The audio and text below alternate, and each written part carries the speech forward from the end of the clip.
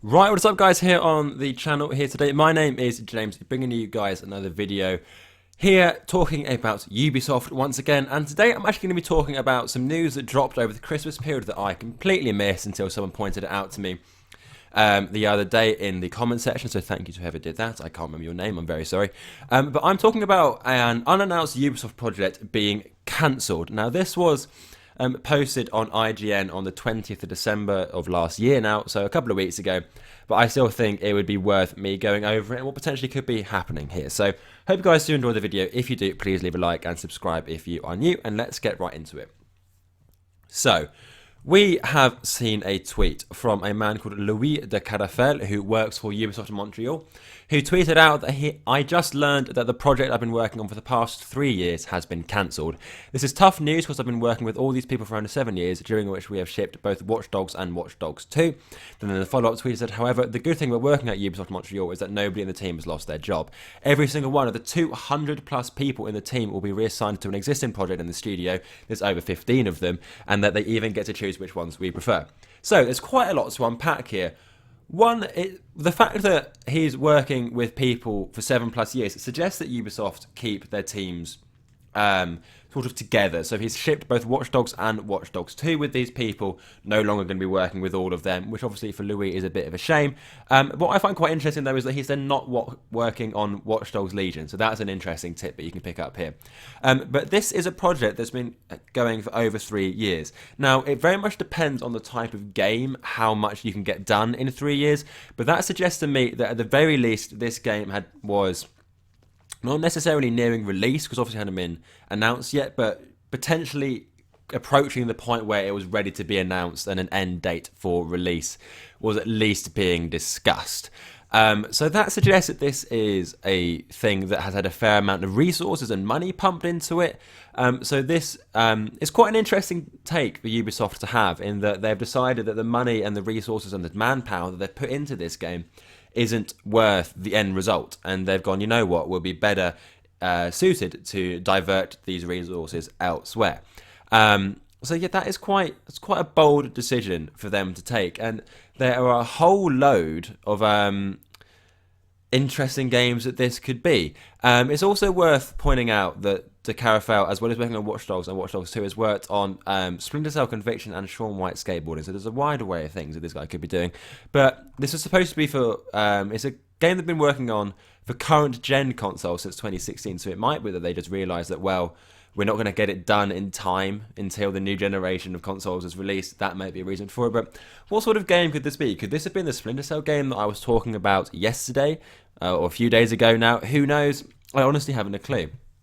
Because there's obviously Ubisoft have a wide array of franchises that they work on at various points in time. They may have been working on something completely new. I'm honestly not 100% sure. But one of the things that I do also find really interesting about this from Mr. de Carafel is that obviously no one's lost their job, and there were 200 plus people on the team. So it suggests that this may have been a AAA title, and then they've all been assigned to one of the over 15 projects in the Ubisoft Montreal studio. Now, this obviously is one of Ubisoft's main studio, but they've also got one in Paris, from what I can remember. And the fact that all of them have stayed at the over 15 projects at Ubisoft Montreal shows quite how busy Ubisoft are. So in some ways, this is kind of sad in that there are things that aren't going on anymore in Ubisoft. There's a big game that's potentially been cancelled, but at the same time, at least they haven't lost their jobs, and it shows how many fucking games are being developed there. I think that's really, really cool. It's really an interesting insight into how gaming development works and all that sort of stuff at a big company like Ubisoft.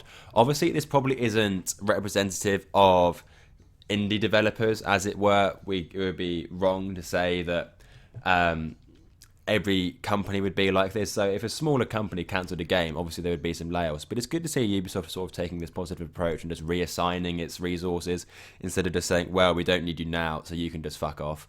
But one of the final things that Louis said was that some of the projects are shipping in 2020, while some of the others are just starting, that people are going to be able to go onto. So obviously we know a couple of the games coming out in 2020. There's Watch Dogs Legion. There's some other ones that are rumoured to be coming out as well. Rainbow Six Quarantine is going to be a thing. Now, I'm not 100% sure if that's tied to Rainbow Six Siege or not, but who the hell knows at this point. There's probably going to be an Assassin's Creed game. I've mentioned this in a previous video. That is on the channel page if you want to check that out. But yeah, this is quite an interesting development. Yeah, I'm really hoping this wasn't a Splinter Cell game. If this was a Splinter Cell game that got cancelled, I would be quite upset, because that would be really, really difficult for people to take if it were. But at the same time, I'm not 100% sure what's going on here. But at least, as I said, no one's losing their job. Everyone is being reassigned, and we can get some positive stuff coming forward out of this. Really interested to see what Ubisoft will do in 2020. I have made a video on that if you guys would like to check it out. Like I've mentioned in previous videos, we are massively working on the rebrand. Well, Matt is. I basically told him what name I think we should go with, and we're going with that. But we're going to be doing a load of various different types of content that I hope you guys can enjoy. We're trying to diversify so we can do things that, frankly, we want to talk about. Because obviously, with Ghost Recon Breakpoint being such a disappointment, we've had to move on. But hopefully Ubisoft can bring some really cool stuff out. There are some amazing games coming out in 2020. Cyberpunk 2077 being the one that I'm personally most looking forward to. And we hope we can bring you guys some content on that stuff when it comes out. Thank you so much for watching the video, guys, though. I hope you have enjoyed. What are your thoughts on this development? What are your thoughts on what potentially the cancelled game was? And what game from Ubisoft are you most looking forward to in the near future? Thank you so much for watching, and I'll see you in the next video. Bye, guys.